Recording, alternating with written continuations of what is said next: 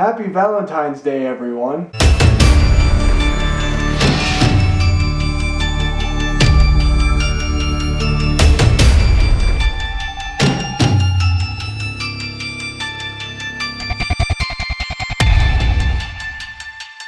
What is going on, guys? Welcome back to my channel, and it is time for my review of the new film Happy Death Day to You. This film stars Jessica Rothe. This is a movie that I, going in, didn't know much about. I had never seen the first Happy Death Day. Now let me explain. I wanted to see the first Happy Death Day, but when I went to the theater to see Halloween back in October, they played this trailer and they spoiled the ending of Happy Death Day for me. So I felt to myself, well, I don't necessarily need to watch the first Happy Death Day. And I wish that I had, but I still had a very good time with this movie. This movie revolves around Tree. She escaped the time loop in the first movie only to have to go back into the time loop because of a certain event. You have characters like Ryan. It starts off with him and he's in a time loop and he keeps, dying over and over again. This movie is scientific and it's also a slasher film mixed together, and I thought that was kind of unique. I thought that was pretty cool,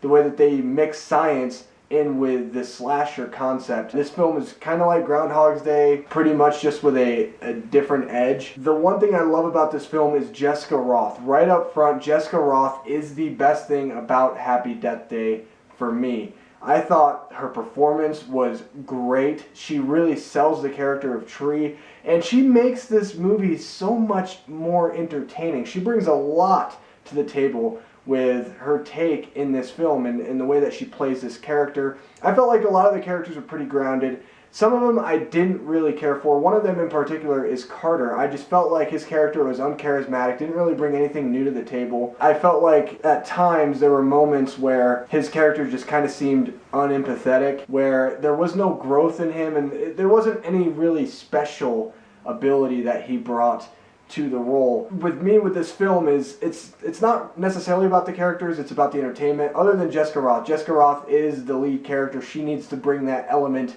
of fun, that element of entertainment, and she did such a great job, like I said. The thing about this movie that I also really like is I like the nature, the maturity that they took with this. They made this film, even though it's not believable, they made it somewhat set in a real type of way where I kind of felt like I could have actually been at this event, been inside of this movie, and actually understood the characters and kind of what they were going through. So I did like that. How this film is very unbelievable, but it makes you feel like you're actually grounded within the real world that they are trying to build. And so a great job by Blumhouse and a great job by the director on making this film the way that he did. Now, some of the things that I didn't particularly like in this film, one is that this movie just doesn't feel right as a PG-13 movie. This movie, because it's a slasher, I kind of want more gore. I want some of those elements that you have in a typical slasher, and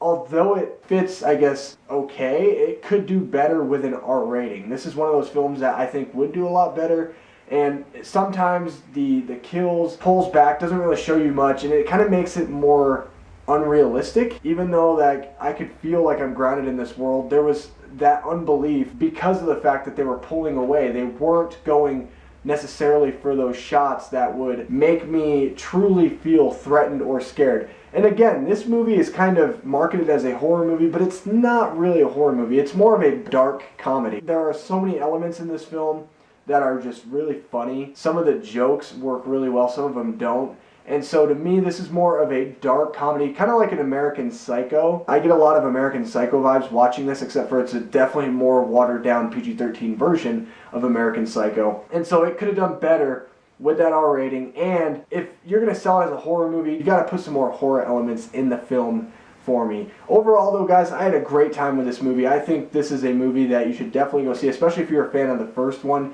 You might be a little let down with this one. There is a post-credit scene. That scene particularly kind of leans towards a Happy Death Day 3. I could see a lot of people who love the first movie not necessarily enjoying this one as much because of the scientific element. And the third film, I don't know if it's a really good idea to go that direction. I feel like a lot of the original fans of this franchise now really harken back and love what the first film did. The third film is going to take an even more scientific direction, if that's the case what they're going to do. But I don't want to give any spoilers because, again, film, I want you to go out and experience it and have fun with it. You should definitely check it out this weekend. Why not? Anyway, guys, make sure you like this video. Subscribe to my channel if you are new, because I post content like this regularly. Also, follow me on Letterboxd. I've been posting up a lot of stuff there. My top films of all time, my favorite films of 2019. I have that list going. I'm just compiling of all the movies that I'm watching so far in 2019. If you guys want to see kind of an in-depth look, a little bit behind the scenes of what I like in film and my favorite films, you can go check out my Letterboxd page. Anyway, guys, I will see you in my next video. Goodbye.